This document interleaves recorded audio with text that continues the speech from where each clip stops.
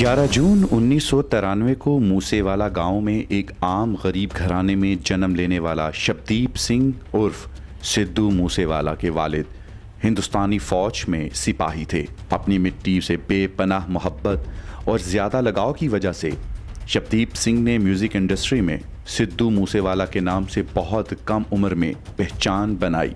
दो गैंगस्टर की लड़ाई में सिद्धू मूसेवाला आज सिर्फ 29 साल की उम्र में जख्मों की ताब न लाते हुए दुनिया फ़ानी से कूच कर गए। इनके कत्ल की जिम्मेदारी गोल्डी बरार ने कबूल की है, जो कि एक मशहूर गैंगस्टर है। याद रहे कि पंजाब सरकार ने सिद्धू मूसेवाला की सिक्योरिटी पर तैनात 4 कमांडोज में से 2 वापस ले लिए थे। हमारी अरदास है कि वह गुरु जी सिद्धू मूसेवाला जी की आत्मा शांति बख्शे।